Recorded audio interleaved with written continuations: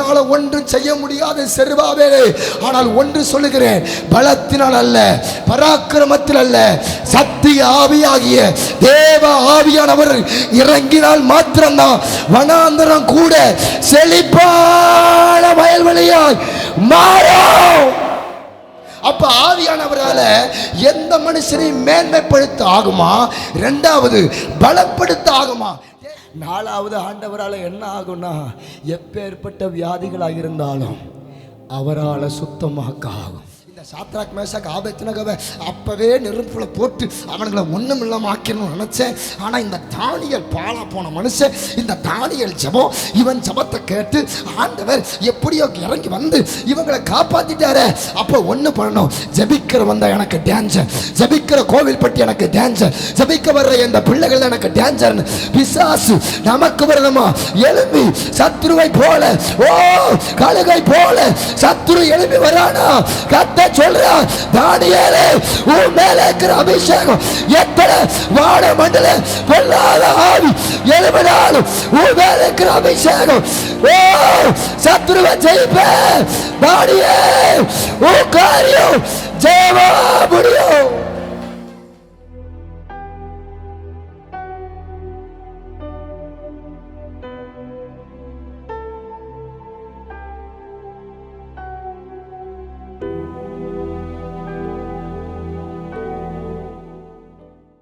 சகரியா புஸ்தகம் 4ஆம் அதிகாரம் 6வது வசனத்தை நீங்கள் எடுத்து வாசிப்பென்றால், செருபாபேலுக்கு சொல்லப்படுகிற கர்த்தருடைய வார்த்தை என்னவென்றால், பலத்தினாலும் அல்ல, பராக்கிரமத்தினாலும் அல்ல, என்னுடைய ஆவியினாலே ஆகும் என்று சேனைகளின் கர்த்தர் இந்த வார்த்தையை சொல்லுகிறார். அல்லேலூயா.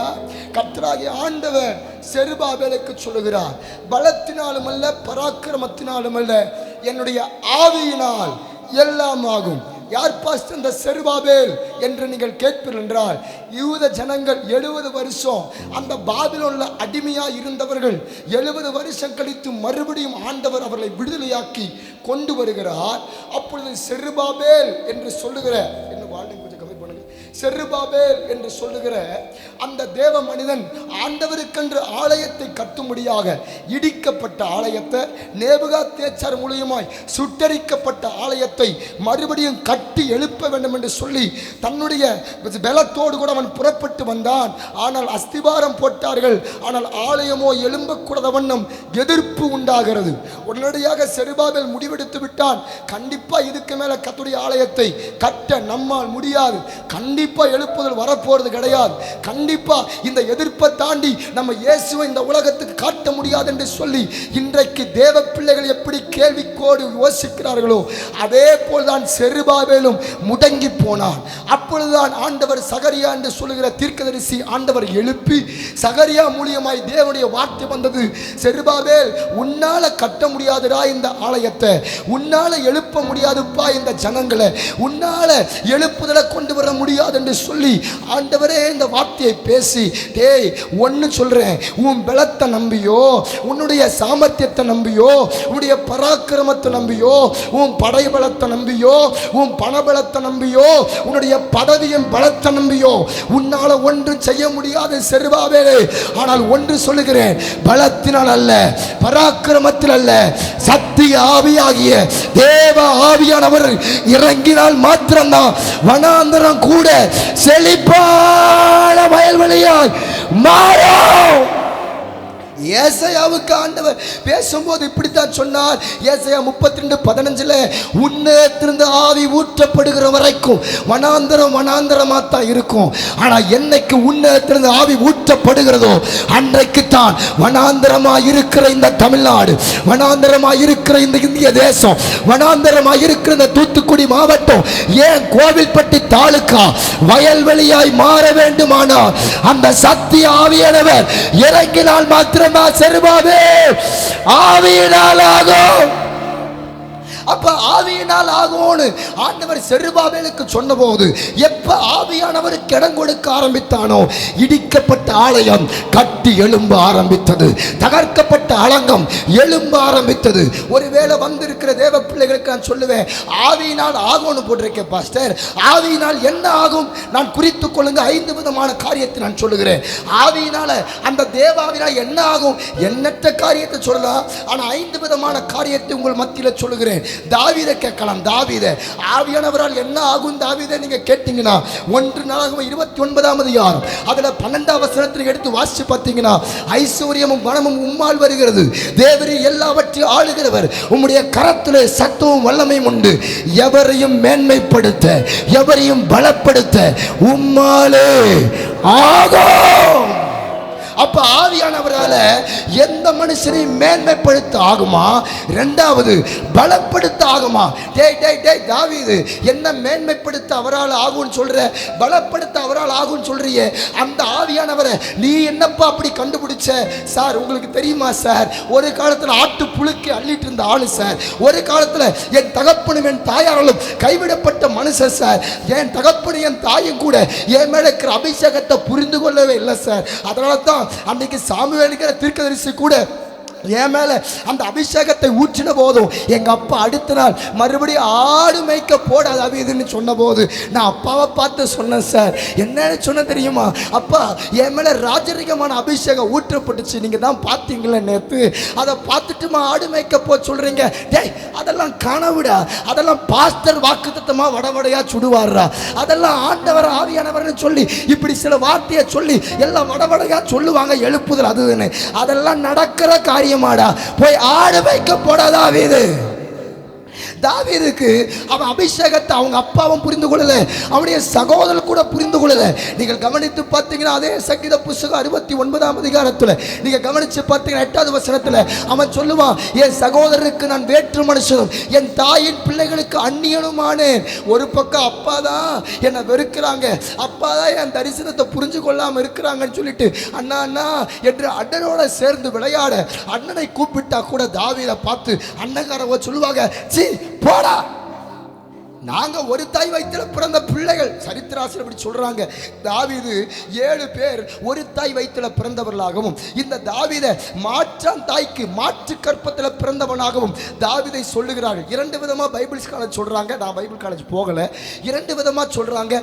அதுல ஒரு சாரார் இவன் மாற்றான் தாய்க்கு அதாவது மாற்று கற்பத்துக்கு பிறந்தவன் என்று சொன்னபடியால் தான் என் சகோதரருக்கு நான் வேற்று மனுஷனும் என் தாயின் பிள்ளைகளுக்கு அந்நிய ஆனேன்கிறான்.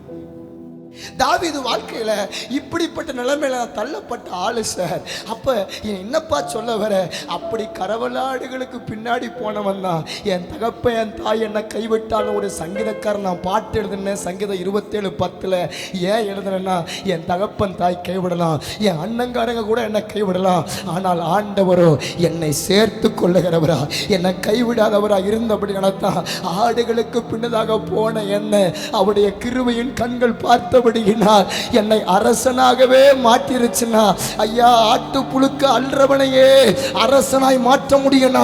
ஒன்றை நான் என் தகப்பனத்தில் கண்டு கொண்டேன், என்ன எவரையும் மேன்மைப்படுத்த அவரால் ஆகும், எவரையும் பலப்படுத்த அவரால் ஆகும். அதை நம்புறவங்க இருந்தீங்கன்னா என் வேலை ஸ்தலத்தில், என் பொருளாதாரத்தில், என் குடும்பத்தில் எதெல்லாம் நான் கீழே கிடக்கிறனோ நான் நம்புறப்பா.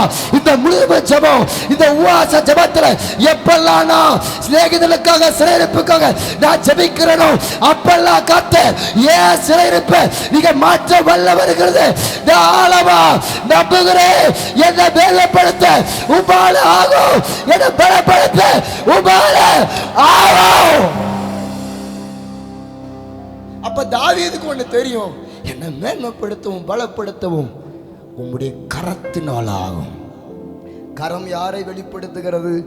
ஆவியானவர். அப்ப மூணாவது காரியம் என்ன பாஸ்டர்? நீங்க கவனிச்சு பார்த்தீங்கன்னா தானியேல் புஸ்தகம் 4ஆம் அதிகாரம் 37ஆம் வசனத்துல அகந்தையாய் நடக்கிறவளை தாழ்த்த அவரால் ஆகும். நீங்க தானியேல் புஸ்தகம் 4ஆம் அதிகாரத்துல 29ஆம் வசனத்தை நீங்க வாசிச்சு பார்த்தீங்கன்னா 12 மாதம் சென்ற பின்பு ராஜா பாபிலோன் ராஜ்யத்தின் அரண்மனை மேல் உலாவிக் கொண்டிருக்கும் போது, இது என் வல்லமையின் பராக்கிரமத்தினாலும் என் மகிமை பிரதாபத்துக்கென்று நான் கட்டின ராஜ்யத்துக்கு அரண்மனையாக நான் கட்டின மகா பாபிலோன் அல்லவா.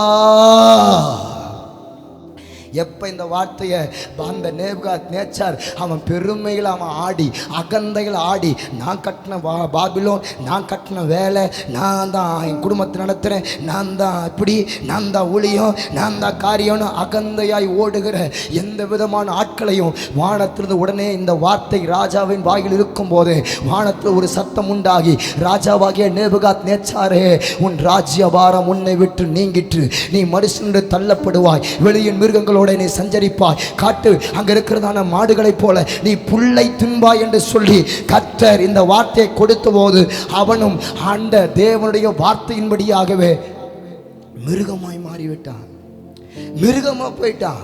ஆனா ஆண்டவர் 34ஆம் வசனத்தை எடுத்து வாசிச்சு பார்த்தீங்கன்னா, சில நாட்கள் அந்த வருஷம் இந்த காலங்கள் சில நாள் சென்ற பின்பு நேபுகாத்நேச்சாராகிய நான் என் கண்களை வானத்துக்கு ஏறெடுத்த போது, அப்படின்னா என்ன அர்த்தம்? நான் ரொம்ப அகந்தையாக தான் ஆடிட்டேன் ஆண்டவரே, நான் என் இஷ்டம் போல பெருமையில் ஆடிட்டேன் ஆண்டவரே, என் இஷ்டம் போல நான் பெரிய ஆளு, நான் பெரிய இவன், எனக்கு தெரியாது ஒன்றும் கிடையாதுன்னு நான் அப்படி ஆடிட்டேன் ஆண்டவரே, நான் பண்ணது தப்பு தான் ஆண்டவரேன்னு சொல்லி தன்னை தாழ்த்தி தன் கண்களை வானத்துக்கு ஏறெடுத்த போது என் புத்தி எனக்கு திரும்ப வந்தது என்று போடப்பட்டிருக்கிறது. எப்பொழுது நேபுகாத்நேச்சார் தன்னை தாழ்த்த ஆரம்பித்தானோ, இவன் தாழ்த்தாம போன பின்னதாக, தாழ்த்தாம போவதற்கு முன்னதாக நீங்க கவனிச்சு பாருங்க, அவனுடைய அரண்மனை போயிற்று. அவனோடு இருக்கிறதான பிரபுக்கள், அரசாங்க அதிகாரிகள் எல்லாரும் அவனை விட்டு போனார்கள். ஏன்? குடும்பங்களை இழந்தான், அரண்மனை இழந்தான், பிள்ளைகளை இழந்தான், குடும்பங்களை இழந்தான், அரசு அவையில் இருக்கிற எல்லா விதமான ஸ்தானாபதிகள், அமைச்சர்கள் எல்லாவற்றையும் இழந்தான். ஆனால் எப்பொழுது கண்களை வானத்துக்கு ஏறெடுக்க ஆரம்பித்தானோ, கர்த்தருடைய கிருபையின் கண்கள் அவன் மேல் பட்டபடியினால் கர்த்தர் இழந்து போன அரண்மனையை மறுபடியும் திருப்பி கொடுத்தார். கர்த்தர் இழந்து போன பிள்ளைகளை மறுபடியும் திருப்பி கொடுத்தார். கர்த்தர் இழந்து போன எல்லா உறவுகளையும் மறுபடியும் திருப்பி கொடுத்தார்.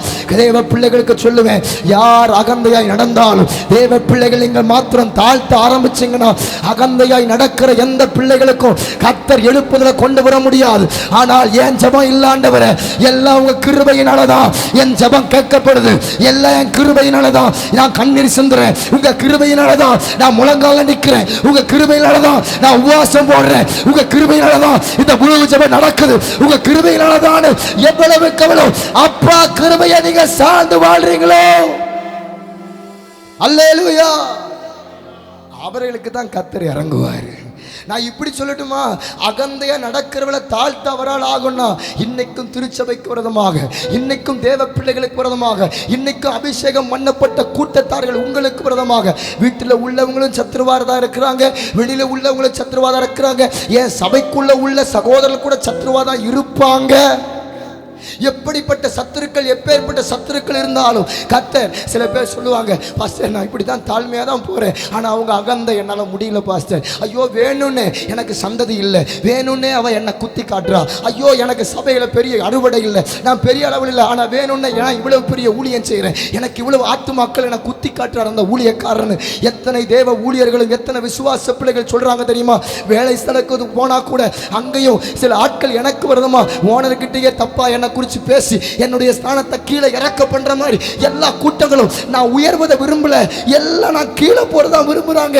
அதனாலதான் இன்னும் கொஞ்சம் அகந்தையா தான் நடக்கிறாங்க பாஸ்டர். தேவ பிள்ளைகளே, நான் உங்களுக்கு தாழ்மையா சொல்லுவேன், யார் அகந்தையா நடந்தால் என்ன, நீ மாத்திரம் ஆண்டவருக்கு முன்னாடி தாழ்த்தி ஜீவிப்ப என்றால், அகந்தையா நடக்கிற நேபுகாத்நேச்சாராகவே இருந்தாலும் சரி, அவர்களை தாழ்த்த அவரால.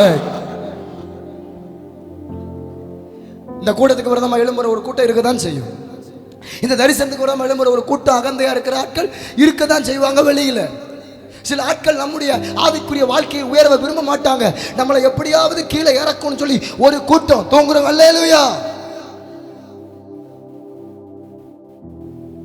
நிறைய பேர் தூங்கிட்டு தான் இருப்பீங்க பொழுது. அல்லேலூயா. இந்த யோனாவுடைய குமாரர்கள் குமாரத்தைகள் எங்கேயுமே முழு ஜெபத்தை விட்டு போகிறதில்ல.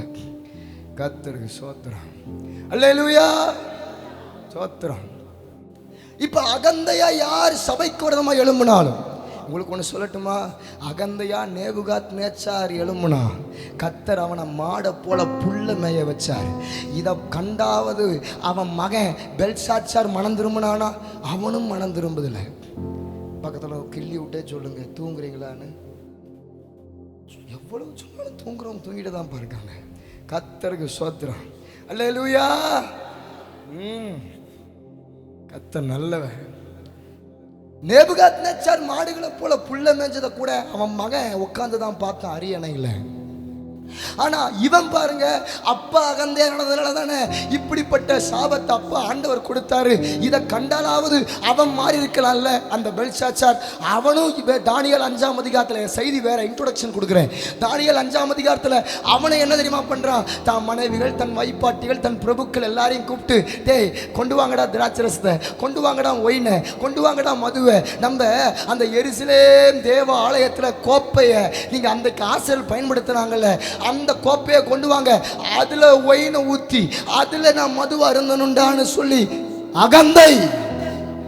டேய், ஒரு பக்கம் உங்க அப்பா தாண்டா நான் கட்டின பாபிலோன் அகந்தையில் ஆடினா, அவனை ஆண்டவர் அடிச்சு தாழ்த்தினாரடா.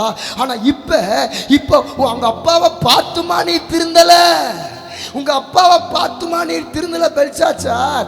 அவன் கட்டின பாபிலோன் அகந்தையில் ஆடுனான். ஆனா இவன் எனக்கு கொடுக்கப்பட்ட அரண்மனை, எனக்கு கொடுக்கப்பட்ட பதவி, படைபலம், ஆள்பலம் எல்லாத்தையும் பார்த்துட்டு அவன் அந்த பாத்திரத்தை கொண்டு வாங்க, பொற்பாத்திரத்தை, அதுல ஒயின் அடிக்க விரும்புறேன்னு சொன்ன போது பரலோகத்தில் இருக்கிற தகப்பன் அங்கேயும் ஒரு கை போல் தோன்றின ஒரு விரலினால சாந்து பூசப்பட்ட காரைகளை சுவத்துல மேனே மேனே தெக்கேல் உப்பார்சின் ராஜ்யத்தை ஆண்டவர் மட்டிட்டு அதை மேதியருக்கும் பெர்சியருக்கும் கர்த்தர் கொடுக்க போறாருன்னு அகந்தையாய் மது அருந்த பார்த்தானே, அந்த பெல்சாச்சாரையும் தாழ்த்தவரால ஆகும். நீங்க நல்லா கவனிச்சு பாருங்க. ஒரு பக்கம் அங்க நேபுகாத்நேச்சார், இன்னொரு பக்கம் இங்க யாரு, அவன் மகன் பெல்சாச்சார். இதை விட பெரிய பியூட்டி, அதை நான் பின்னாடி பேச போறேன். அப்போ இந்த அகந்தையா நடக்கிற தேவ பிள்ளைகளுக்கு இன்னைக்கு இருக்கிற உலகத்துக்கு வந்துடுறேன். எழுப்புதலுக்கு நேரா இன்னைக்கு எந்த ராஜாக்கள், அது இந்தியாவா இருந்தாலும் சரி, அது தமிழ்நாடா இருந்தாலும் சரி, அது தூத்துக்குடி மாவட்டமா இருந்தாலும் சரி, அது கோவில்பட்டில் இருக்கிற எந்த நேபுகாத்நேச்சாராக இருந்தாலும் சரி, எந்த பெல்சாச்சாராக இருந்தாலும் சரி, டேய் நேபுகாத்நேச்சாரே உனக்கு ஒன்று தெரியுமா, டேய் பெல்சாச்சாரே உனக்கு தெரியுமா, டேய் இந்திய ராஜாக்கள் போல அமர்ந்திருக்கிற எல்லா விதமான நேபுகாத்நேச்சாரே உனக்கு ஒன்று தெரியுமா, உயிரே இல்லாத அந்த பாத்திரத்தை எடுத்து ஒயின் அடிச்சவனுக்கே ஆண்டவர் அடி அடிச்சாருன்னா காரணம் என்ன, அந்த பொற்பாத்திரம் ஜீவன் இல்லதா, ஆனா அது அபிஷேகம் பண்ணப்பட்ட பொற்பாத்திரமா இருந்தது. ஏனென்றால் அன்றைக்கே மோசையின் காலத்தில் ஆசரிப்பு கூடாரத்தில் பரிசுத்த பனிமுட்டுகள் எது இருந்தாலும் அதை பிரதிஷ்டை பண்ணுங்க, அதை அபிஷேகம் பண்ணுங்கன்னு சொல்லி மோசையின் காலத்தில் தேவன் அபிஷேகம் பண்ணி வைத்திருந்தாரே. அப்படிப்பட்ட பொற்பாத்திரத்தை எந்த உலகத்தான் தொட்டாலே தொட்டவனையே கெட்டான்னு சொல்லி ஆண்டவர் அடிப்பானா, உயிரில்லாத பொற்பாத்திரத்தின் அபிஷேகத்துக்கு இவ்வளவு வரத்து வருதுன்னா ஜீவனால் அபிஷேகம் பண்ணப்பட்டிருக்கிற, ஜீவனோடு அபிஷேகம் பண்ணப்பட்டிருக்கிற பரிசுத்தவான்கள், ஜீவனோடு அபிஷேகம் பண்ணப்பட்டிருக்கிற திருச்சபைகள், ஜீவனோடு அபிஷேகம் பண்ணப்பட்டிருக்கிற தேவனுடைய தாசர்கள், தாசிகளை தொடர எவனையும் அப்பா விட்டு வைப்பாரா, அப்பா விட்டு வைப்பாரா. ஆகவேத்தான் சொல்றேன், அபிஷேகம் அது சும்மா விடாது. அபிஷேகம் எந்த மனுஷனையும் அடக்காமல் இருக்காது. அகந்தையாய் நடக்கிற எந்த துறையா இருந்தா என்ன, எந்த அரசியலா இருந்தா என்ன, எந்த ஊடகமா இருந்தா என்ன, எத்தனை காரியங்கள் எழும்பி வந்தாலும் அத்தனையும் அகந்தையாய் நடக்கிற எல்லா சத்துருக்களையும் தாழ்த்த என் தேவனால ஆகும். இந்த கோவில்பட்டி தாலுகாவில் அகந்தையா நடக்கிற எல்லா சுத்தாவியும், அகந்தையா நடக்கிற எல்லா ஜாதி பிசாசும், அகந்தையா நடக்கிற எல்லா அந்தகார வல்லமையை தாழ்த்த அவரால ஜெபிக்க ஜெபிக்க இயேசுவின் நாமத்தில் இந்த ஜாதி பிசாசு நிர்மூலமாகும். படிப்புங்கிற அகந்தை, ஜாதிங்கிற அகந்த, பணபலங்கிற அகந்த, ஆள்பலங்கிற அகந்த, நான் பெரிய ஆளுங்கிற அகந்த, எத்தனை ஆட்கள் எழும்பட்டும், அகந்தையா நடக்கிற எல்லா ஜாதிக்காரனையும் தாழ்த்த எப்பாவால் ஆகும் நம்புறவங்க மாத்திரம் நல்ல கரங்களை தட்டி சத்தமா, தாவீதின் குமாரனே, அகந்தையா நடக்கிற எல்லா ஜாதி பிசாசும் இப்ப நிர்மூலமாகிறதுக்காய் உம்மால் ஆகும். அல்லேலூயா. அப்ப நாலாவது காரியம் என்ன பாஸ்டர்? நீங்க கவனிச்சு பாருங்க, மத்தேயு புத்தகம் 8ஆம் அதிகாரத்துல 1-2 நீங்க கவனிச்சு பார்த்தீங்கன்னா, இயேசு மலையிலிருந்து இறங்கி வருகிற போது திரளான ஜனங்கள் அவருக்கு பின் சென்றார்களே. அப்பொழுது குஷ்டரோகி ஒருவன் இயேசுவை பார்த்து அவர் முன்னதாக ஓடி வந்து அவரை பணிந்து கொண்டு, எப்பா இயேசுவே, ஆண்டவரே, உமக்கு சித்தமானால் என்னை தொட்டு சுஸ்தமாக்க உம்மால ஆகும். நாலாவது, ஆண்டவரால் என்ன ஆகும்னா, எப்பேற்பட்ட வியாதிகளாக இருந்தாலும் அவரால் சுத்தமாக்க ஆகும். ஒருவேளை இந்த முழு ஜபத்தில், பாஸ்டர் எனக்கு சுகர், பாஸ்டர் எனக்கு பிரஷர், பாஸ்டர் எனக்கு டிபி, பாஸ்டர் எனக்கு இந்த புற்றுநோய், இன்னைக்கு நிறைய ஜப குறிப்புகளை ஏறெடுத்தீங்களே, நான் உங்களுக்கு தீர்க்க தரிசனமாக சொல்கிறேன், எப்பேற்பட்ட வியாதிகளாக இருந்தாலும் இந்த மனுஷன் உமக்கு சித்தமானால் என்னை சுத்தமாக்குமால் ஆகும்னு சொல்கிறான். ஆனால் ஆண்டவர் சொல்கிறாரு, எனக்கு சித்தம் உண்டு, நீ தொட்டு நீ சுத்தமாகிடான்னு சொல்லி கத்த அவனை தொட்டே சுத்தமாக்குனாரு. தேவ பிள்ளைகளுக்கு சொல்லுவேன், மார்க்கு புஸ்தகம் 5ஆம் அதிகாரத்தில் 22ஆம் வசனம் எடுத்து வாசிச்சு பார்த்தீங்கன்னா 22-23 அப்பொழுது ஜெபாலயத்தில் ஒருவனாகிய யவீர் என்னும் பேர் கொண்டவன் இயேசு குறித்து கேள்விப்பட்டு வரான். அவர் என்ன செய்கிறான்? அவரை கேள்விப்பட்டு அவரை பணிந்து கொண்டு, இயேசுவே, ஆண்டவரே, என் குமாரத்தை மரண அவஸ்தைப்படுகிறாள், அவள் ஆரோக்கியம் அடையபடி நீர் வந்து அவள் மேலும் உமது கைகளை வையூன்னு அவன் சொல்கிறான். அப்போ ஜெபாலய தலைவனுடைய ஜெப குறிப்பு என்னன்னா, என் பிள்ளை வியாதிகளை மரண அவஸ்தைப்படுகிறா, தயவு செஞ்சு அவளுக்கு நீங்கள் தொட்டு அவள் மேலே உமது கைகளை வையூன்னு தான் 22-23 அவன் சொல்கிறான். ஆனால் ஆண்டவரோ கையை வைக்கிறவரில் 41ஆம் வசனத்தை வீட்டில் போய் வாசி பாருங்க. இயேசு என்ன தெரியுமா செய்தாரு? எல்லாம் சந்தடி பண்றவங்க, அழுகிறவங்கெல்லாம் வெளியில துரத்தி ஆண்டவர் பேதுரு, யோவான், யாக்கோவையும் அந்த யவீருடைய மனைவியும் இயேசுவும் உள்ள நுழைஞ்சு அந்த தலித்தாகுமே சிறு பின்னை எழுந்துருன்னு சொல்லி கையை பிடித்து தூக்கி விட்டார். இங்க இருக்கிற எல்லாத்துக்கும் சொல்றேன், இயேசு தொடணும்னு தானடா நினைச்ச யவீரு, இயேசு தொடரவர்லடா, கையை பிடிச்சே தூக்கி எடுக்கிறவர்டா யவீரு. அல்லேலூயா. ஒருவேளை யார் எந்த நிலைமையில், பாஸ்டர் எனக்கு கடன் பிரச்சனை, பாஸ்டர் எனக்கு இப்படி போராட்டம், பாஸ்டர் ஊழியத்தில் போராட்டம், பாஸ்டர் வேலைகளை போராட்டம், எனக்கு நிறைய நெருக்கத்திலையும் போராட்டத்திலையும் தான் வாழ்கிறேன், எனக்கு இந்த வியாதிங்கிற பிரச்சனை, எனக்கு இந்த வேலைங்கிற பிரச்சனை, ஐயோ கடங்காரன் குழு அது இதுன்னு பல போராட்டத்தில் நிற்கிறேன் பாஸ்டர். நான் சொல்கிறேன், ஆண்டவர் ஏதாவது கை வச்சிட மாட்டாரா?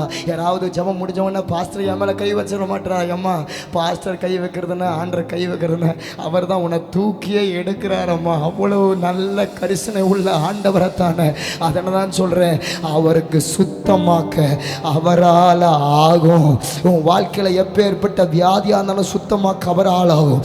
எப்பேற்பட்ட அந்தரங்க பாவத்தில் யார் இங்கு சிக்கி கொண்டிருந்தாலும் அந்த பாவத்தையும் மாற்றி உன்னை சுத்தமாக்கி, தவறான புரோனோகிராஃபி, தேவையில்லாத அசுத்தங்கள், உன் மனைவிக்கு விரோதமாக கணவனுக்கு விரோதமாக மனைவி, பிள்ளைகளுக்கு தகப்பனுக்கு விரோதமாக பிள்ளைகள், பிள்ளைகளுக்கு விரோதமாக தகப்பன்மார்கள், யார் என்ன பாவத்தில் நீங்கள் சிக்கப்பட்டு கிடந்தாலும் ஆண்டவனுக்கு சொல்கிறார், மக, இதிலிருந்து நான் உன்னை பல வருஷமாக நிற்கிறது தான் இருக்கிறேன், எனக்கு இதில் விடுதலையை தர மாட்டாரா?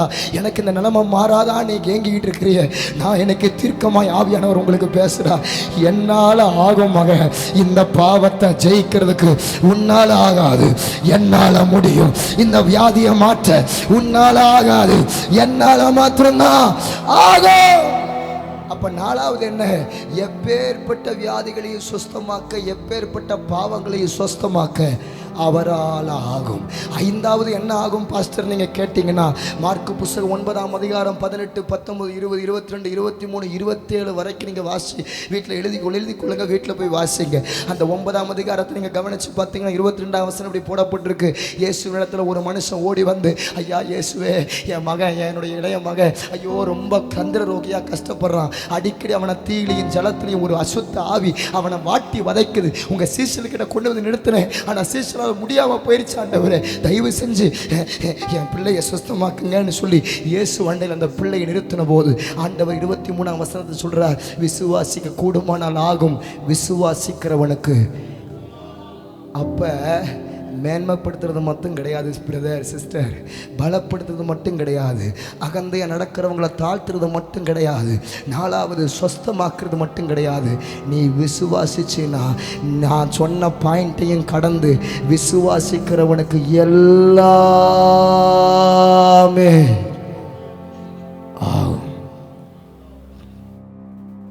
அப்போ இந்த 5 காரியத்தை பேசணும்னா 5 மாதம் உங்களோட இருக்கணும். நான் எனக்கு ஒரு பாயிண்ட்டை தான் பேச போகிறேன், அதுவும் வெறும் எவ்வளோ நேரம் கிடைக்குமோ அதுக்குள்ளே பேச போகிறேன். அல்லேலூயா. இப்போவே சாய் கௌரவம் சாய்ந்து விட்டது, கத்த நல்லவர். நல்லா கவனிங்க. அப்போ அகந்தையாய் நடக்கிறவளை தாழ்த்த அவராலே ஆகும். என்னுடைய செய்தியில் நான் இன்னைக்கு பேச வேண்டிய பரிசுத்தவான் தானியேல். தானியேல் நீங்கள் கவனித்து பார்த்தீங்கன்னா அப்போ 5 காரியம் என்ன சொன்னேன்? மேன்மைப்படுத்த அவரால் ஆகும், பலப்படுத்த அவரால் ஆகும், அகந்தையாய் சபைக்கு விரதமா உங்களுக்கு விரதமா யார் எழுப்பி வந்தாலும், பரிசுத்தவான்களுக்கு விரதமா யார் எழுப்பி நின்றாலும் அகந்தையாய் நடக்கிறவங்களை தாழ்த்த அவரால் ஆகும். 4வது சுத்தமாக்க, எப்பேற்பட்ட வியாதிகளையும் சுஸ்தமாக்க அவரால் ஆகும். 5வது விசுவாசிக்கிற பிள்ளைகளுக்கு அற்புதங்களை செய்ய அவரால் ஆகும். அப்போ நான் இன்னைக்கு 3வது பாயிண்ட்டை தான் பேச போகிறேன். அகந்தையாய் நடக்கிறவங்களை தாழ்த்த அவரால் ஆகும். அகந்தையாக நடக்கிறவங்களை தாழ்த்த அவரால் ஆகும். அப்போ அகந்தையாக நடக்கிறவங்க என்ன பாஸ்டர் தானியேல் எங்களுக்கு என்ன சொல்ல குடிக்க விரும்புகிறீங்க? முதலாவது தானியேலை குறித்து கொஞ்சம் இன்ட்ரோடக்ஷன் கொடுத்து விடுகிறேன். நீங்கள் கவனித்து பார்த்தீங்கன்னா ஆண்டவர் இஸ்ரவேல் ஜனங்களும் யூத ஜனங்களும் ஆண்டவருக்கு உண்மையை இழந்துபடியினால் ஆண்டவர் சொல்லிட்டார், என்ன தேட வேண்டிய ஜனங்க எனக்கு உண்மையாக தேடாதனால போங்கடா, 70 வருஷம் பாபிலோன் தேசத்துக்கு போங்கடான்னு சொல்லி யூதர்களை பாபிலோன் தேசத்துக்கு 70 வருஷம் அடிமையாக அனுப்பிவிட்டார். இஸ்ரவேல் ஜனங்களை 70 வருஷம் அசிரியா தேசத்துக்கு அடிமையாக தேவன் அனுப்பிவிட்டார். அப்ப யூத ஜனங்கள் அடிமையாய் போகும்போது அதுல ஒருவன் தான் தானியேல், அனனியா, மீஷாவேல், அசரியா. நீங்க கவனிச்சு பார்த்தீங்கன்னா யுத்தம் பண்ண வந்த அந்த நேபுகாத்நேச்சார் சில வாலிபர்ல மாத்திரம் தூக்கிக்கிட்டு போயிட்டான். எப்படிப்பட்ட வாலிபரை தூக்கிட்டு போனான்னு தெரியுமா நேபுகாத்நேச்சார்? வேதம் சொல்கிறது தானியேல் 1ஆம் அதிகாரம் 6வது வசனத்தை வாசிக்கும் 3ஆம் வசனத்தை வாசிக்கும் போது, அப்பொழுது இஸ்ரவேல் புத்திரருக்குள்ளே ராஜ குலத்தார்களிலும் துறை மக்களிலும் யாதொரு மாசுமில்லாதவர்களும் அழகானவர்களும் சகல ஞானத்தில் தேறினவர்களும் அறிவில் சிறந்தவர்களும் கல்வியில் நிபுணரும் ராஜாவின் அரண்மனையில் சேவிக்க திறமையுள்ளவர்களும் ஆகிய சில வாலிபர்களை கொண்டு வரவும் அவர்களுக்கு கல்தையின் எழுத்தையும் பாஷையும் கற்றுக் கொடுக்கவும் ராஜா தன் பிரதானிகளின் தலைவனாகிய அஸ்பெனாசுக்கு கட்டளையிட்டான். அல்லேலூயா. நீங்க கவனிச்சு பார்த்தீங்கன்னா இந்த நேபுகாத்நேச்சார் இந்த இடத்துல பிசாசு போல செயல்படுறான். எப்படி பாஸ்டர் அந்த எப்படி செலக்ட் பண்றான் தெரியுங்களா? வசனம் போட்டிருக்கு, யார் ராஜகுலத்தாரிலும் துறை மக்களிலும் யாதொரு மாசு இல்லாதவர்கள். என்ன இல்லாதவர்கள்? மாசு இல்லாதவர்கள். 2வது அழகில் சிறந்தவர்கள். 3வது சகல ஞானத்திலும் தேறினவர்கள்.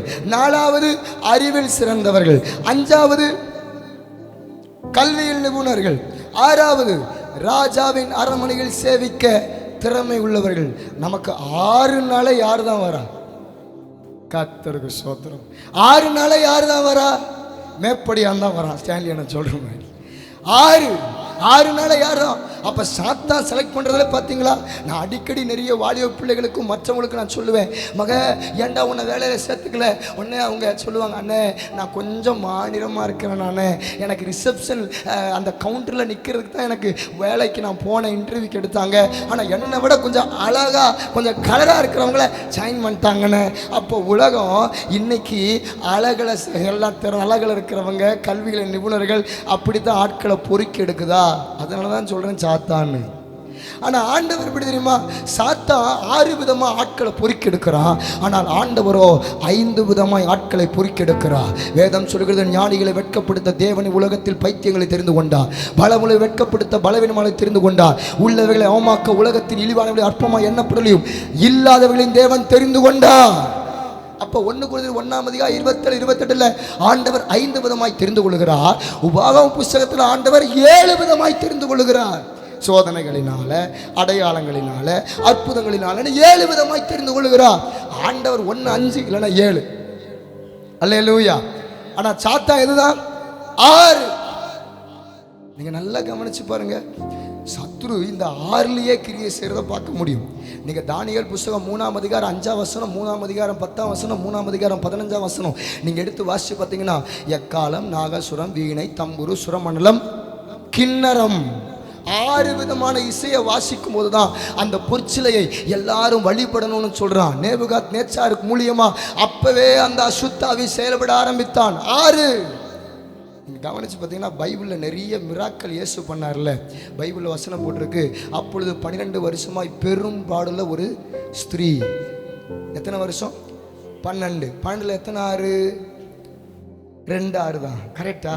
யவீருடைய மகள் ஏறக்குறைய 12 வயசுல தான் அவன் செத்து போனான். 12ல் எத்தனை 6?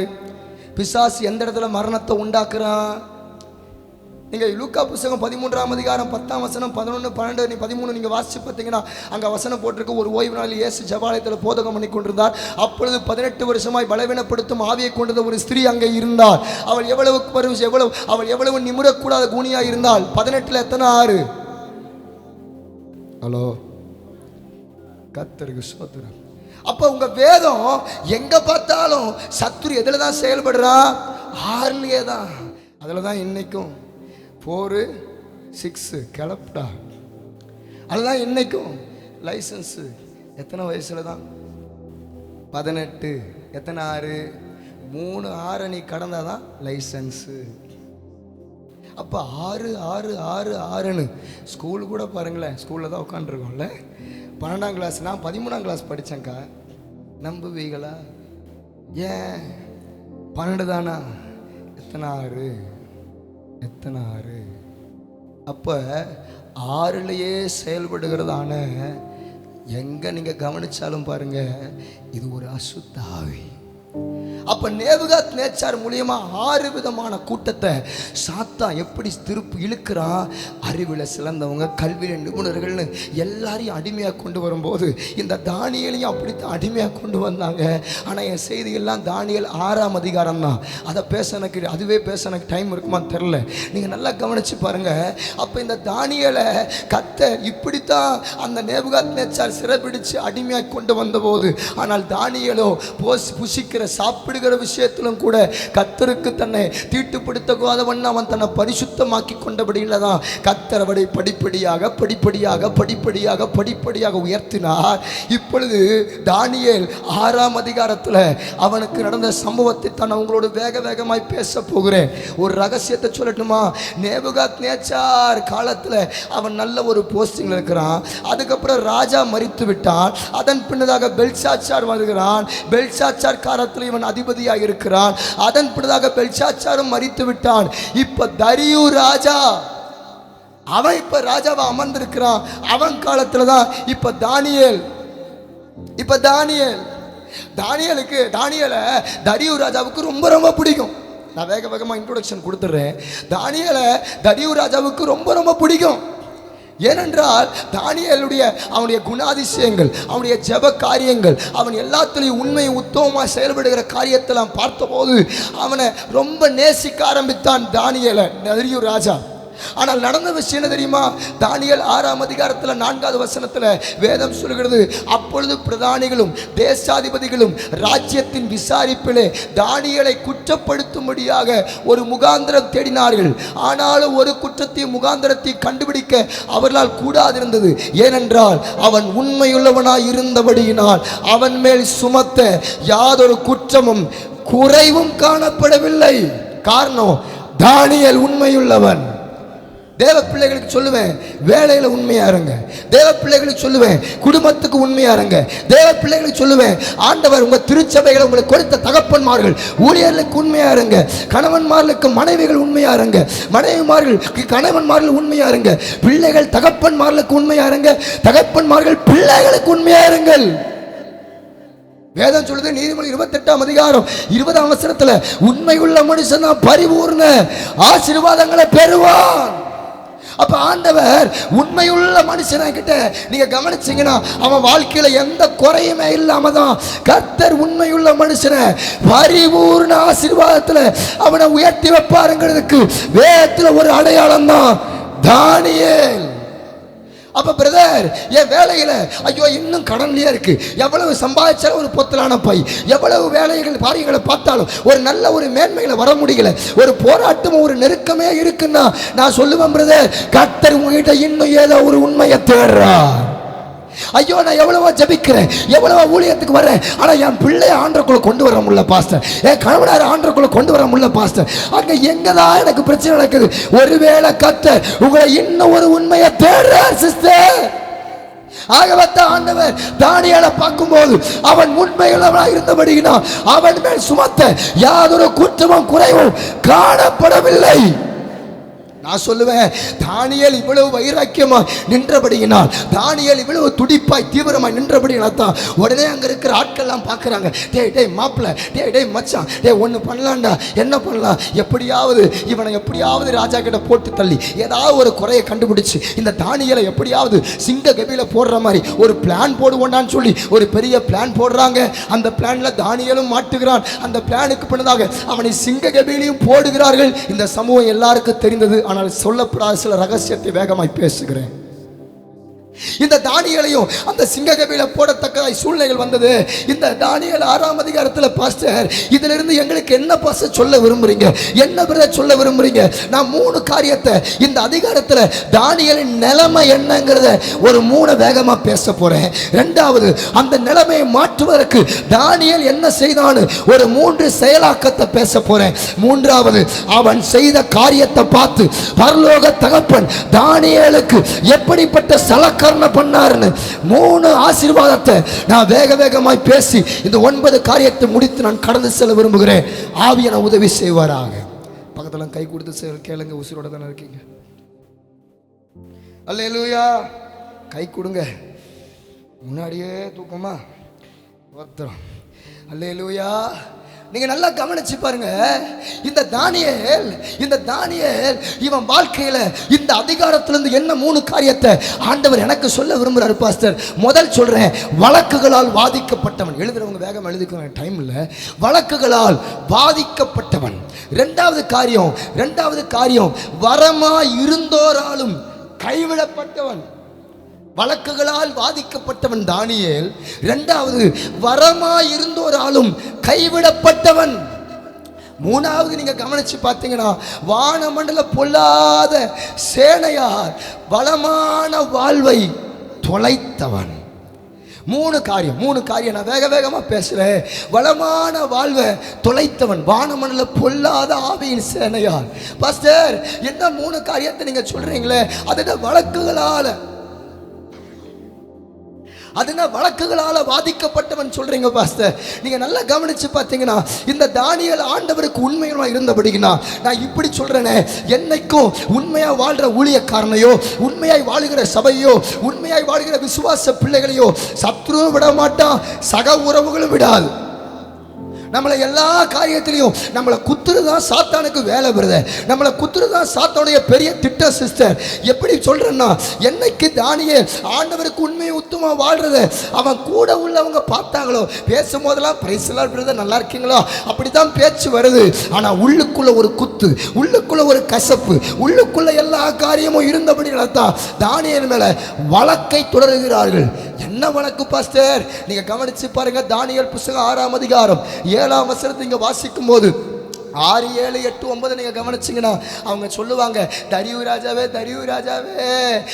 என்னப்பா பிரச்சனை, எவனாகிலும் 30 நாள் வரையிலும் ராஜாவாகிய உம்மை தவிர எந்த தேவனையானாலும் எந்த மனுஷனையாலும் நோக்கி யாதொரு காரியத்தை குறித்து விண்ணப்பம் பண்ணினால் அவர்கள் சிங்கங்களின் கபியில போடப்பட ராஜா கட்டளை பிறப்பீங்க, ராஜா உறுதியான தாக்குது செய்யுங்க. ஏன்னா ராஜ்யத்தில் இருக்கிற எல்லா பிரபுக்களும் பிரதானிகளும் தேசாதிபதிகளும் பிரபுக்களும் மந்திரிமார்களும் தலைவர்களும் ஆலோசனை பண்ணிட்டு இருக்கோம். ராஜா நினைக்கிறான், டேய் என் மேலே இவ்வளவு அம்புட்டு பாசமாடா, என் மேலே இவ்வளவு பாசமா. உள்ளுக்குள்ளே நினைக்கிறான், இங்கே பாசம்லாம் இல்லை, எல்லாம் வேஷம்தான்.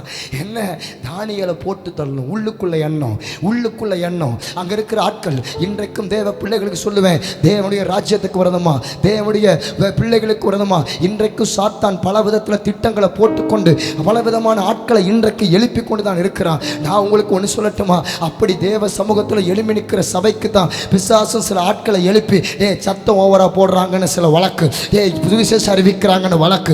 சத்துரு இன்னைக்கு தேசத்தில் பல விதமான வழக்கை இன்னைக்கு தொடுத்து கொண்டே தான் இருக்கிறான். ஆனால் தேவ பிள்ளைகளாகி உங்களுக்கு எனக்கும் தேவன் சொல்லுகிறான். நீங்கள் கவனிச்சு பாருங்க, நீங்க அப்போஸ்தல புத்தகம் 16ஆம் அதிகாரத்தை நீங்க கவனிச்சு பார்த்தீங்கன்னா அங்க குறி சொல்ற ஆவி உடையவளை அவளுக்குள்ள இந்த பிசாசத்தான் பவுலும் சீலாவும் துரத்துனாங்க. ஆனா நடந்த விஷயம் என்ன, அவங்க செந்த நன்மைக்கு மாறாக ஒரு தீமையை வழக்கு துறந்தார்கள். அதுதான் உலகம். ஆனால் ஜெபிக்கிற பிள்ளைகளுக்கு சொல்லுவேன், பாஸ்டர் நான் ஜெபத்துக்கு தான் வரேன் பாஸ்டர் நான் ஊழியத்துக்கு தான் வரேன் பாஸ்டர், ஆனால் என் வீட்டார் இப்படி எதிர்ப்பு, என் குடும்பத்தில் இப்படி எதிர்ப்பு. ஆமாம் ஜெபம்னு ஓடுறாளாம், ஆமாம் எழுப்புதல், ஆமாம் எப்போ பார்த்தாலும் முழு ஜெபம், எப்போ பார்த்தாலும் ஃபாஸ்டிங் ப்ரேயர்னு போய் அப்படி என்னத்தை கண்டனி. சும்மா ஜபான்னு ஓடுற, சும்மா எழுப்புன்னு ஓடுற, உன் வாழ்க்கைய ஒரு ஆசீர்வாதம் இல்லை. இப்படி நீ ஆண்டவர் ஓடி அப்படி பெரிய மேன்மையாவது நீ பார்த்திருந்தா பரவாயில்ல. ஒரு மேன்மையே இல்லாத போது நீ ஏன் இப்படி ஓடுறன்னு உன்னை குறித்து பல இடத்துல பேசி உனக்கு விதமாய் சில வழக்கு என்றால் முறையிடுகிறார்களா, முறுமுறுக்கிறார்களா பிரதர், முறுமுறுக்கிறார்களா சிஸ்டர், கலங்காதீங்க. ஆண்டவர் உங்களுக்கு சொல்றார், இக்கால பாடு இனி வருகிற மகிமைக்கு ஈடாகாது சபையே. ஆகவே தான் உண்மையா ஓடுற பிள்ளைகளுக்கு இந்த நெருக்கம் வரும், உண்மையா ஓடுற தேவதனங்களுக்கு இந்த வழக்கு வரும். ஆகவே தான் தானியேலுக்கு இந்த வழக்கை எழுப்பி விட்டான் சத்துரு. ஆகவே தான் தானியேலுக்கு இப்படிப்பட்ட வழக்கை பல விதமா தொடுத்து கொண்டே இருக்கிறான். அது கோவில்பட்டியா இருக்கலாம், அது தமிழ்நாடா இருக்கலாம், எங்க ஊர் திருப்பூரா கூட இருக்கலாம், ஏன் இந்திய தேசமா கூட இருக்கலாம். எத்தனை வழக்குகள் எழும்பினாலும் வழக்காடுகிற ஒரு தேவன் உண்டு. எத்தனை வழக்கு உங்களுக்கு விரோதமாக நமக்கு விரோதமாக எத்தனை ஜனங்கள், அது அரசியல் ரீதியாகவோ அல்லது ஆன்மீக ரீதியாகவோ அல்லது ஊடக ரீதியாகவோ யார் எழுப்பி வந்தாலும் கர்த்தர் உங்களுக்காக யுத்தம் பண்ணுவார். கர்த்தர் உங்களுக்காக யுத்தம் பண்ணுவார். இந்த யுத்தம் உன்னுடையது கிடையாது, அது என்னுடையது.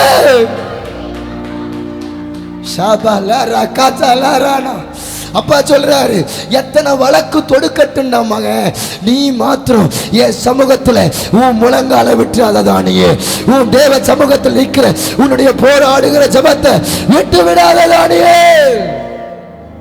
அப்ப தானியேல் வாழ்க்கையில முதல்ல அவனுக்கு வழக்குகளால வந்தது வாதை, வழக்குகளால் வாதிக்கப்பட்டான்.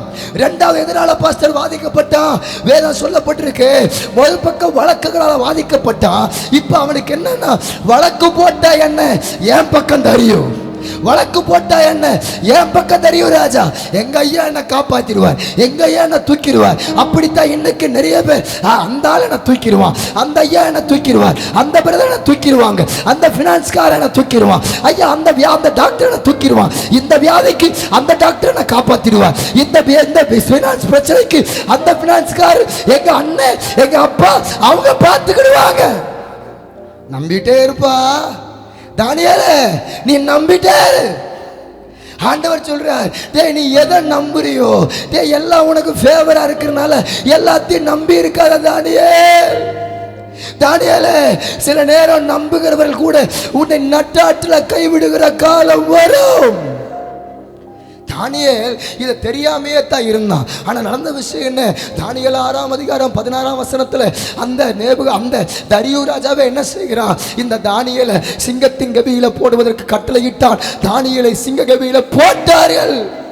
தானியேல் நினைச்சுக்கிட்டு இருக்கிறான் தரியு ராஜா கிட்ட. தரியு ராஜா கூப்பிடுறாரு உடனே தானியேல் வந்து நிற்கிறான். என்ன ராஜா கூப்பிட்டீங்களா? ஆமா, ஜெபிக்க கூடாதுன்னு 30 நாள் வரைக்கும் ஆர்டர் போட்டாங்கல்ல. ஆமா, நீ என்னப்பா மீறி ஜெபம் பண்ணிட்டியா? ஆமாம், நான் தான் இந்த ஆர்டர் உனக்கு தெரியும்ல தானியேல், நான் உன்னை ரொம்ப நேசிக்கிறேன்டா. டேய் உனக்கு சின்ன பிரச்சனைனா கூட என்னால் தாங்க முடியாதுடா, அவ்வளவு உனக்கு ஃபேவராக இருக்கிறேன், எனக்காக ஒரு 30 நாள் கூட அட்ஜஸ்ட் பண்ண மாட்டியா? சார் தரியு ராஜா என்ன 30 நாள் எனக்கு நான் ஒன்று சொல்லட்டுமா?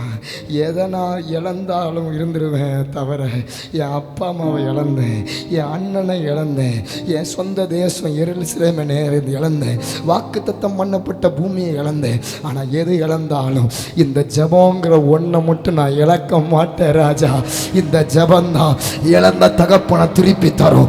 இந்த ஜபந்தான் இழந்த உறவுகளை திருப்பி தரும். இந்த ஜபந்தான் இழந்த வாக்குத்தத்தம் பண்ணப்பட்ட பூமியை மறுபடியும் எங்களுக்கு தரும். இந்த ஜபந்தான் வாக்குத்தத்தம் பண்ணப்பட்ட எங்க தகப்பன்மார்கள் மூலியமா தோண்டப்பட்ட துறவெல்லாம் மறுபடியும் எனக்கு கிடைக்கும்.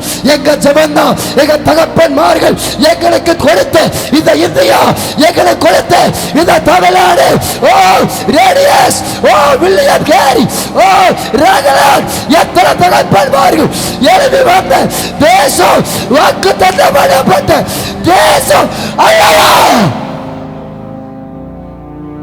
அந்த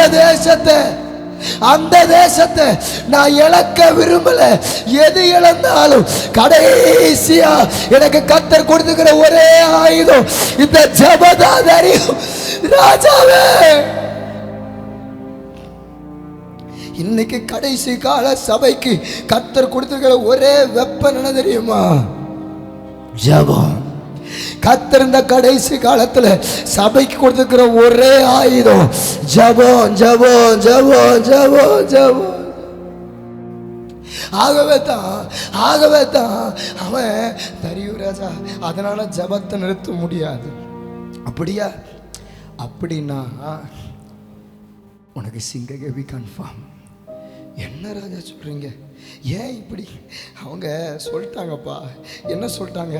6 அதிகாரம் 8ஆம் வசனம் 9ஆம் வசனத்தை நீங்கள் கவனித்து பார்த்தீங்கன்னா, ஆகையினால அதனால் இப்போதும் ராஜாவே மேதியருக்கும் பெர்சியருக்கும் இருக்கிற மாறாத பிரமாணத்தின்படியே அந்த தாக்கீது மாற்றப்படாதபடிக்கு 30 நாள் வரைக்கும் எந்த தேவனையும் ஒருத்தன் கும்பிடக்கூடாது, 30 நாள் வரைக்கும் எந்த மனுஷனையும் கும்பிடக்கூடாது. அப்படி மீறி கும்பிடுற எவனா இருந்தாலும் சரி, எவளா இருந்தாலும் சரி, சிங்கத்தின் கெபிகளை போடணும்னு அந்த உறுதியான தாக்கீது மாற்றப்படாதபடிக்கு ராஜாவாகிய நீர் அதற்கு கட்டளையிட்டு அந்த பத்திரத்துக்கு கையெழுத்து வைக்க வேண்டும்னு சொன்னபோது அப்படியே ராஜாவாகிய தரியு அந்த கட்டளை பத்திரத்துக்கு கையெழுத்து வைத்தான். ராஜா சொல்றான், டேய் இந்த பிரமாணத்தை மாற்ற முடியாதுப்பா, டேய் இந்த பிரமாணத்தை மாற்ற முடியாதுடா. டேய் கொரோனா 144 அதனால தான் சில ஆட்கள் கொரோனா வந்ததப்போ எல்லாரும் ஒன்று நினச்சாங்க. என்ன நினச்சாங்கன்னா, கொரோனா வந்துடுச்சு, சபையில் எழுப்புதல் வந்துடும், ஜனங்கள்லாம் பயத்தோட பக்தியோட தேவ சமூகத்துக்கு வந்துடுவாங்கன்னு நாங்கள் ஒரு ரூட்டு போட்டால் அது வேற ஒரு ரூட்டு போயிடுச்சு. கர்த்தருக்கு ஸ்தோத்திரம். கொரோனா வந்த உடனே எல்லா ஜனங்களும் ஆண்டவர் சமூகத்துக்கு நீ வந்துடுவாங்க, ஏன்னா உசுருக்கு பயப்படுற டிக்கெட் இருக்காங்கல்ல, வந்துடுவாங்க, அப்படிதான் நினைச்சாங்க. ஆனால் எல்லாம் காரியம் மாறுதலாய் முடிந்தது. நடந்த விஷயம் என்ன? எல்லா டிக்கெட்டும் இப்போதான் கொழுப்பாயிடுச்சு. நாங்கள் என்ன நினச்சோன்னா, உசுருக்கு பயந்து கண்டிப்பாக ஆண்டர்கிட்ட வந்துடுவாங்க சமூகத்துக்குன்னு. ஆனால் அவங்க என்ன நினச்சாங்க, கொரோனாவையே ஆண்டர் அனுமதிச்சு வீட்டில் தானே இருக்க வச்சாரு, அப்போ ஆலயத்தை கூட ஆண்டர் மென்ஷன் பண்ணல, வீட்டில் ஜெபிச்சா கூட நான் கேட்பேன்ட்டாரே.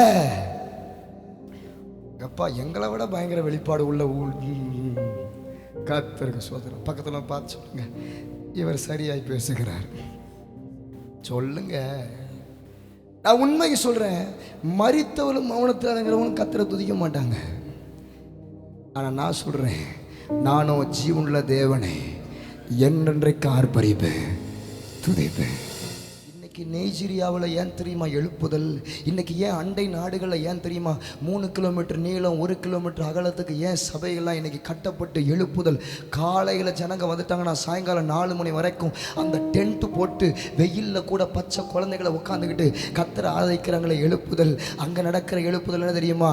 காலையிலேருந்து சாயங்காலம் வரைக்கும் இங்கே வந்தபோது அண்ணன் நினச்சி நன்றி செலுத்தேன், 3 மணி நேரம் உங்களை ஜெபத்தில் அவர் கொண்டு வந்திருக்காங்க. இதுதான் எழுப்புதல் நான் ஆவியில் உணர்கிறேன். ஏன் தெரியுமா? அந்த நைஜீரியா நைஜீரியாவில் எழுப்புதல் தெரியுமா? என்னைக்கு காலையில் 10 மணிக்கு 9 மணிக்கு ஆராதனை ஆரம்பிச்சதுன்னா சாயங்காலம் 4 மணி வரைக்கும் அவங்க ப்ரேயரை விடுறதே கிடையாது. அந்த எழுப்புதலை கண்ட ஜனங்கள்லாம் அந்த 3000 வெறும் 300 பேர் இருந்த சபை, வெறும் 30 பேர் இருந்த சபை, அது 300 ஆச்சு, 3000 ஆச்சு, 5000 ஆச்சு, 8000 ஆச்சு, 15000 ஆச்சு. இன்னைக்கும் சபை பெருகி கொண்டே இருக்குது. ஆனால் அவங்க ப்ரேயர் டைமை நிப்பாட்டில் குறைக்கல. இன்னைக்கு இருக்கிற மற்ற சபை, இன்னைக்கு இருக்கிற தமிழ்நாட்டு திருச்சபைகளை போல அன்னைக்கெல்லாம் 4 மணி நேரம் 5 மணி நேரம் நடந்த சபைகள்லாம் இன்னைக்கு சபை நேரம் மாறி 3 மணி நேரம் மாறிச்சு. அதுக்கப்புறம் 2.5 மணி நேரம் மாறிச்சு. இப்போ 2 மணி நேரம் மாறிச்சு. இன்னும் சில கேடுகட்ட சபைகள் 1.5 மணி நேரம் மாறிடுச்சு. எழுப்பு வராத காரணம் எங்க தெரியுமா? என்னைக்கு நீங்க நேரத்தை உங்களுக்கு சாதகமா எடுத்துக்கொண்டீர்களோ அங்கதான் எழுப்புதல் வராம போயிடுச்சு. அங்கெல்லாம் எழுப்புதல் வார்த்தையை கேட்ட உடனே, நான் வெளிநாட்டில் நடக்கிற அந்த வார்த்தைகளை கேட்கும் போது நைஜீரியாவில் ஒரு நீக்குறக்காரன் குதிக்கிறான், வானத்துக்கு பூமிக்கு குதிக்கிறான். எல்லா ஜனங்களும் உட்கார்ந்து வார்த்தையை கேட்கிறாங்க. அதுல இயேசு நல்லவர், மை சேவியர் அப்படின்னு சொன்னா வானத்துக்கு பூமி குதிக்கிறான். அவன் அழுகிறான், குதிக்கிறான், புரள்றான். அங்க இருக்கிற கொயர்லாம் குதிச்சு உருண்டு புரண்டு அழுகிறாங்க. அத்தனை வீடியோ காட்சிகளை பார்க்கும்போது தமிழ்நாட்டு சபையை குறித்து வேதனைப்படுற. ஏன் தெரியுமா? இன்னைக்கு ஏதோ நம்ம ஜெபிக்கிறோம், ஒரு எழுப்புதல் வந்துரும் நினைக்கிறோம். ஆனா இல்ல சிஸ்டர், இன்னுமே எழுப்புதல் வரலங்கிறது எனக்கு நல்லா தெரியும். எப்படி பாச சொல்றீங்க? எப்படி பாச சொல்றீங்க? தேவ பிள்ளையே, அங்கெல்லாம் வார்த்தை வந்தா இயேசு மசி ஈசா மசின்னு, நான் பஞ்சாப் பகுதியிலேயே சில வட மாநிலத்துக்கு போன போது இயேசு மசின்னு சொல்லிட்டா, இயேசு நல்லவன்னு சொல்லிட்டா, அல்லேலூயா உயிரோட கத்துவாங்க விசுவாச பிள்ளைகள். ஆனா இங்க எத்தனை வார்த்தை வந்தாலும் எத்தனை காரியம் வந்தாலும் நாம் சாதுவாகவே இருக்கிறனால தான் இன்னும் எழுப்புதல் வரலங்கிறத நான் சொல்றேன். நான் உண்மைக்கு சொல்றேன். ஆண்டவர் செத்து போன சடலத்தை கூட பேசும்போது லாசரு கூட உயிரோட எழுப்பி வந்தான், அந்த சிறு பிள்ளை கூட உயிரோட எழுப்பி வந்துச்சு. ஆனா இத்தனை வார்த்தை பேசப்பட்டும் ஏன் இன்னும் எழுப்புதல் வரல ஆண்டவரே? அதான் என் பாரம். காரணம் என்ன தெரியுமா? நம்ம கொஞ்சம் மாறணும், நம்ம இன்னும் கொஞ்சம் மாற வேண்டி இருக்கு. ஆகவே தான் ஆண்டவர் இங்க பார்க்கிறேன், தானியேல் 30 நாள் ஆர்டர் போட்டாங்கல்ல, அந்த பிரமாணத்தை மாற்ற முடியாதுடா. அதனாலதான் தானியேல் சிங்கத்தின் கபி அவன் சொல்றான், ராஜா ஏதாவது இல்லைப்பா, வாய்ப்பு இல்லை. தானியேலுக்கு முதல்ல இருந்த நேபுகாத் நேச்சார் பெல்சாச்சாரை விட இந்த தரியு ராஜா ரொம்ப ஃபேவராக இருந்தான். நான் சில நேரம் சொல்லுவேன், நீங்கள் யாரை வேலை ஸ்தலத்தில் ஃபேவராக பார்க்குறீங்களோ பிரதர், யாரை உங்கள் ஃபேமிலியில் சில நேரத்தில் ஃபேவராக பார்த்து அவங்க பார்த்துக்குவாங்க இவங்க பார்த்துக்குவாங்க நிற்கிறீங்களோ, கர்த்தர் உங்களுக்கு சொல்கிறார், எதை ஃபேவராக இருக்கிறியோ அந்த ஃபேவராக இருக்கிற ஆளையே நான் தூக்குவேண்டா. தேராக ஃபேவர்னு ஓடுறடா, நான் தேராகவை தூக்கிடுவேண்டா. ஆபிரகாம் சொல்லும்போது கேட்கல, தூக்குனதுக்கப்புறம் தான் அவன் திரும்பினான். சில நேரம் வேதம் சொல்லுகிறது, உசியா ராஜா மரணம் அடைந்த வருஷத்துல தான் ஏசாயாவுக்கு தரிசன கண்கள். ஏன் ஏசாயாவுக்கு உசியா ராஜா செத்ததுக்கு அப்புறம் தரிசன கண்கள்? அது வேற ஒன்றும் இல்லை. உசியா ராஜா பெரியப்பாவுடைய மகன் தான் உசியா ராஜா. அவன் சிறிய தகப்பனுடைய மகன், இவன் தான் இந்த ஏசாயா. அப்போ பெரியப்பாவுடைய பையனாக இருக்கிறனால தான் ஏதாவது இவனுக்கு பஞ்சாயத்துனா உடனே அண்ணனுக்கு ஃபோன் அடிப்பான், உசியா எங்கள் பத்தியா எங்கள் பஞ்சாயத்து இப்படி பசங்க வந்திருக்காங்க, ஆள் அனுப்பு, எனக்கு இப்போ பணம் வேணும், ஆள் அனுப்பு, எதுவாக இருந்தாலும் உசியா உசியா உசியா உசியான்னு ஃபேவரா உசியாவையே பார்த்துக்கிட்டு இருந்தான் ஏசாயா. ஆனால் ஆண்டவர் பார்த்தாரு, நீ உசியாவையே ஃபேவரா பார்த்துட்டு இருக்கிறடா, நீ எப்போ தரிசன கண்கள் உனக்கு கிடைக்கும்டா. எந்த உசியாவை நீ ஃபேவரா பார்க்குறியோ அதை எடுத்தாதான் நீ என்ன பார்ப்பியாடா. ஆமாண்ணா, ஆமா ஆண்டவரே, ஆமா ஆண்டவரே, எனக்கு இப்போதான் புரியுது. உசியா இருப்பா, உசியாவை ஏசாயா பார்த்தது போல, தேராகுவ ஆபிரகாம் பார்த்தது போல, சில நேரம் இவங்க என்ன பார்த்துக்குவாங்க, அவங்க என்ன பார்த்துக்குவாங்க, இந்த நபர்ல என்ன பார்த்துக்குவாங்க, இவங்களை வச்சு நம்ம மூவ் பண்ணிடலாம். நீ எதெல்லாம் ஃபேவரா பார்த்துட்டு இருக்கீங்களோ அதனால தான் உன் வீட்டில் இன்னும் ரட்சிப்பு வரல, அதனால தான் உன் குடும்பத்தில் இன்னும் மாற்றம் வரல. அப்படின்னா என்ன பாச சொல்றீங்க? ஆண்டவர் எனக்கு கற்றுக் கொடுத்த ஒரு பெரிய ரகசியம், நீ யாரையும் சார்ந்து இருக்க கூடாது, நீ என்ன மட்டும்தான்டா சார்ந்து இருக்கணும்னு சொல்லுவார். அல்லேலூயா. நீங்க எவரையும் சார்ந்து இருக்காதீங்க. எப்பேற்பட்ட வியாதி, அந்த ஹாஸ்பிட்டல் போனால் மாறிடும், இந்த டாக்டர் இல்லை இல்லை, அற்புதம் செய்கிறவர் இயேசு, சுகம் கொடுக்கிறவர் இயேசு, எப்பேற்பட்ட பலவீனங்களையும் மாற்றுகிறவர் இயேசு, எப்பேற்பட்ட பொருளாதாரத்தையும் சூழ்நிலைகளை அகந்தைகளை எல்லாவற்றையும் நீக்குகிறவர் இயேசு. இதை இயேசு இயேசு இயேசுன்னு அவரை பார்க்கணும்னு சொல்லித்தான் ஆண்டவருக்கு ஃபேவரா இருக்கிற தைரியவையும் கூட வரமா இருந்தோராலையும் கைவிடப்பட்டவன். யாரோ சொல்றாங்க, ஆமாம் பாஸ்டர், எனக்கு இப்போ தான் புரியுது. நான் இவரை ரொம்ப வரமாக பார்த்தேன், நான் இவங்களை ரொம்ப வரமாக பார்த்தேன், கை விட்டுட்டாங்க. அவங்க தான் என்னை தூக்கி எறிஞ்சாங்க. அப்படி தள்ளப்பட்ட நிலைமையில யார் இங்கே வந்திருக்கீங்களோ எனக்கு தெரியாது. ஆனால் ஆவியானவர் உங்களுக்கு தீர்க்கமாக சொல்கிறார், இந்த பாதையெல்லாம் ஏன் உன்னை கொண்டு வந்து நிறுத்திருக்கேன்னா, காரணம் உன் மேலே திட்டம் இருக்குடா தானியேல், உன் மேலே தரிசனம் இருக்குடா தானியேல். ஏன்னா உன்னை கொண்டு தாண்டா ஒரு பெரிய அசைவையே பாபிலோன் தேசத்தில் செய்ய விரும்புகிறேன். உன்னை கொண்டு தான் பெரிய அசைவை இஸ்ரவேல் தேசத்திலேயே செய்ய விரும்புகிறேன் தானியேல். மூணாவது, வானமண்டல பொல்லாத ஆவியின் சேனையால் வளமான வாழ்வை தொலைத்தவன். தானியேலுக்கு நேபுகாத்நேச்சார் இருக்கும் போதும் பெல்சாச்சார் இருக்கும் போதும் நல்ல ஒரு நிலைமையில் ஒவ்வொரு போஸ்டிங்கில் இருந்தவன். ஆனால் சிங்ககபி நிலைமைக்கு இவன் தள்ளப்படக்கூடிய காரணம் என்ன தெரியுமா? எனக்கு ஒன்று தெரியும். என்னன்னா, நீங்கள் நல்லா கவனித்து பாருங்கள். 3ஆம் அதிகாரத்தில் நான் சாத்ராக் மேஷக் ஆபேத்நேகோவை அந்த அக்கினி சூளைகளை போடும்போது தானியேலை மாத்திரம் ஏன் ஆண்டவர் விட்டார்? நிறைய பேர் இந்த கேள்வி கேட்பாங்க. ஏன் சாத்ராக் மேஷக் ஆபேத்நேகோவை போடும்போது தானியேல் இல்லை, தானியேலை போடும்போது ஏன் சாத்ராக் மேஷக் ஆபேத்நேகோ இல்லை? எனக்கு ஒரு ரகசியம் மட்டும் தெரியும். சாத்ராக் மேஷக் ஆபேத்நேகோவை நெருப்புல போட்டா தானியேல் ஜெபிக்க எனக்கு வேணும்.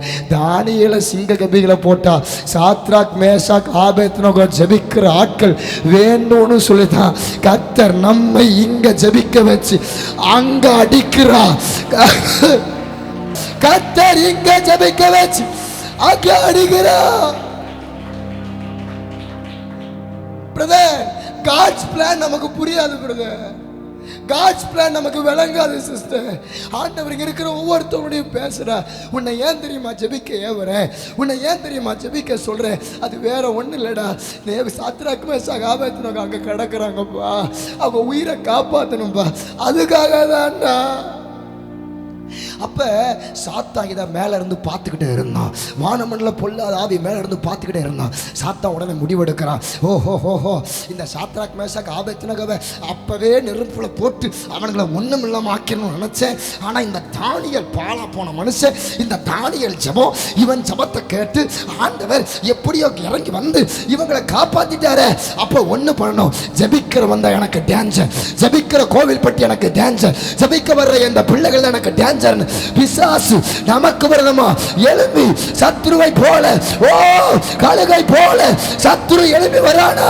கர்த்தர் சொல்றார், தானியேலே உன் மேல இருக்கிற அபிஷேகம் எத்தனை வானமண்டல பொல்லாத ஆவி எழும்பினாலும் உன் மேல இருக்கிற அபிஷேகம், ஓ சத்துருவை ஜெயிப்ப. தானியேல் உன் காரியம் ஜெயமா முடியும். தானியேலுக்கு தெரியும், தானியேலுக்கு நல்லா தெரியும் அக்கா, தானியேலுக்கு இது நல்லா தெரியும் ஐயா. அதனால தான் தானியேல் சொல்றான், வரமா இருந்தால் நீ கைவிட்ட என்ன? வானமண்டல பொல்லாத ஆவி சேனை எனக்கு வளமான இந்த போஸ்டிங்கையே என்ன தள்ளி போட்டாலும் என்ன? No turning back, no turning back, no turning back, no turning back.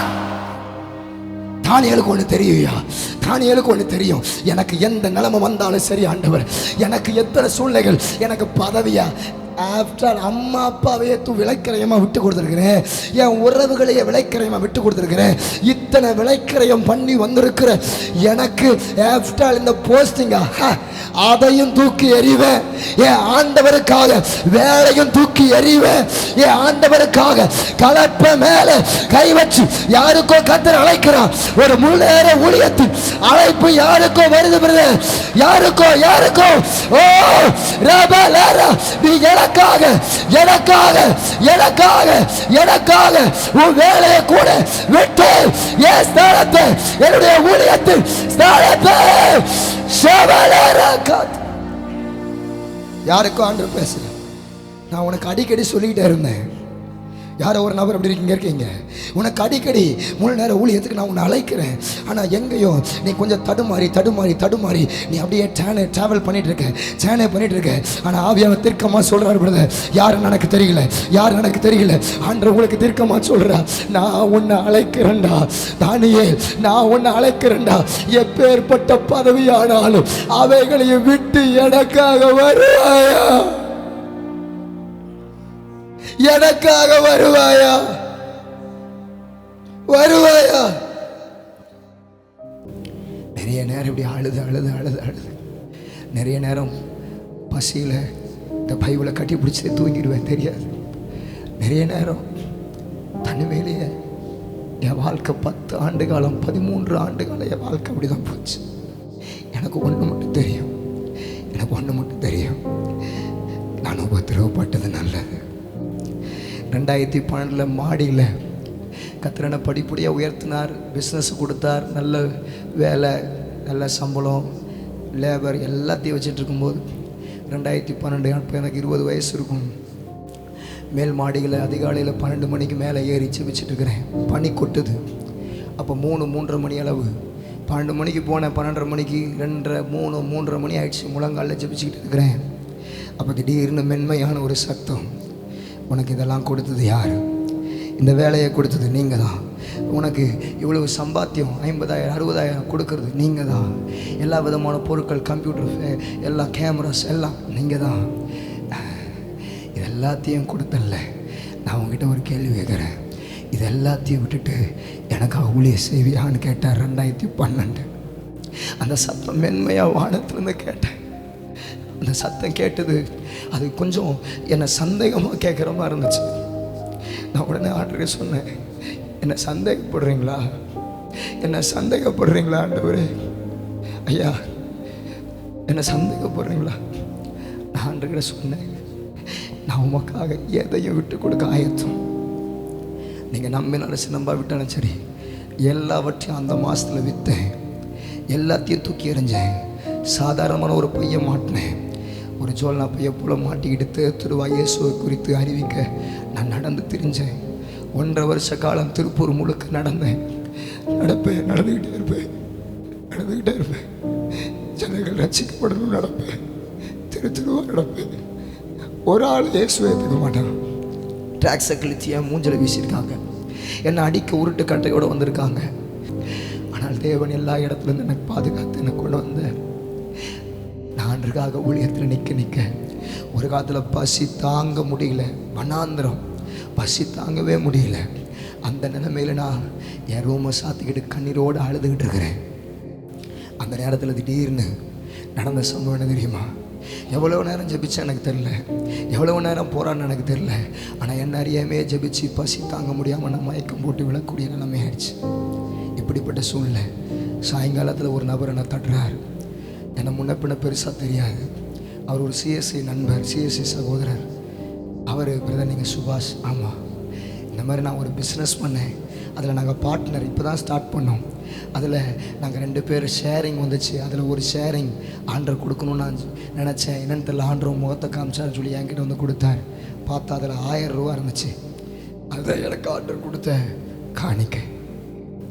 அதான் எனக்கு முதல் காணிக்க. என்னை யாருக்குமே தெரியாது. நான் சொல்கிறது 10 ஆண்டு காலத்துக்கு முன்னாடி. ஏன்னா யாருக்குமே தெரியாது. 13 ஆண்டு காலத்துக்கு முன்னாடி.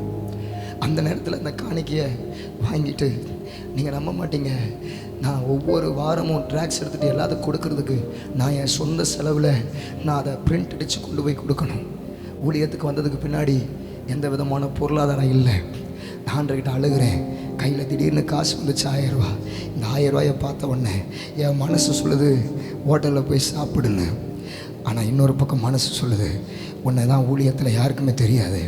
இப்படிப்பட்ட நிலைமையில் நீ அடுத்த வாரமும் அதுக்கடுத்த வாரமும் ட்ராக்ஸ் அடிக்க எங்கே போவேன்? 1000 தனித்தாள் அடித்தா அந்த தனித்தாள் அடிக்கிறதுக்கு 350 ரூபா ஒருத்தன் கொடுப்பான். 350 ரூபா நம்ம கொடுக்கணும். அந்த 350 ரூபா நான் உடனே யோசித்தேன், 3 வாரத்துக்கு அந்த 3000 ட்ராக்ஸை நம்ம அடிச்சிடலான்னு சொல்லிட்டு, நீங்கள் நம்ப மாட்டீங்க, அந்த 1000 ரூபாயை கொடுத்து, ஐயா அந்த 1000 ரூபாய்க்கு 3000 ட்ராக்ஸ் அடித்து கொடுங்கன்னு சொல்லி அதை அடிச்சுட்டு நான் வந்துட்டேன். ஆண்டவர் மேலேருந்து பார்த்தார். எனக்கு ஒரு பக்கம் பசி தான், ஆனால் இன்னொரு பக்கம் சுவிசேஷம், தேசம், என் மக்கள், என் மாவட்டம். நீங்கள் நம்ப மாட்டீங்க, எங்கேயோ ஒருத்தர் இன்னொரு மனுஷன் ஓடி வந்து கதவை தட்டினார். நான் சோர்ந்து போய் படுத்துட்டு நைட்டு சாப்பாட்டுக்கு இல்லைன்னு அவர் கதவை தட்டினார். என் முகத்தை மேலே கீழே பார்த்தாரு. அவர் உடனே தெரிஞ்சுக்கிட்டாரு. சாப்பிட்டியான்னு கேட்டார். நான் அப்படியே கொஞ்சம் சமாளித்தேன். போய் சொல்ல முடியாதுல்ல, சமாளித்தேன். உடனே வான்னு கூப்பிட்டு போய் எனக்கு வடை பாயசத்தோட சாப்பாடு வாங்கி கொடுத்து என் கையில் ஒரு 150 ரூபாய் 200 ரூபாய் அவர் கையில் கொடுத்து இதை வச்சுக்க அப்படின்னு போனார். அதுதான் என் ஊழியத்துடைய துவக்கம். அன்றைக்கும் சரி இன்றைக்கும் சரி எனக்கு ஒன்று மட்டும் தெரியும், என்ன, நீ இழப்புகளை இழந்திருந்தாலும், மகன் இருண்டு போன எதிர்காலத்தை கொண்டவனாக இருந்தாலும், இளம் பிராயத்திலேயே நுகத்தை சுமக்கிறவனாக இருந்தாலும், தானியேல் எந்த விதத்திலையும் அப்பாவை இழக்கவே மாட்டான். அப்பாவை இழக்கவே மாட்டான். அதனால தான் தானியேல் அவனுடைய வாழ்க்கையில் 3 ஜெபத்தை, மொத்தம் 7 ஜெபம், எனக்கு டைம் இருக்காது, 3 ஜெபத்தை பேசிட்டு நான் வேகமாக கேரளாவுக்கு கடந்து செல்லணும். 3 ஜெபத்தை நான் வேகமாக பேசி முடிக்க